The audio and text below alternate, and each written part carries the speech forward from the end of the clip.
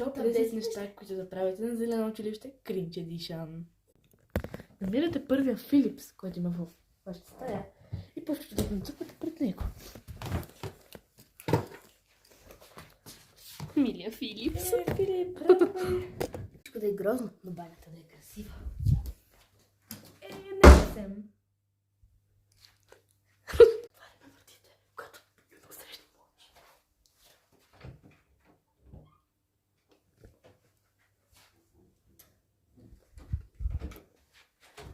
Да скачаш на леглото, понеже не е твое. Да правиш паркури, защото ако не се чупиш, не е твоя вина. Те изчехли. Вината се хвърли. Като учителите чукнат, да бягаме обратно в леглата. И забравяме да спали. Изглеждаме перфектни. Но всъщност е ада. Външните възглавници, къде ли ги слагаме? За светилчетата. Защо? Никой не ги гледа там. Седните на терасата през нощта, перфектна идея.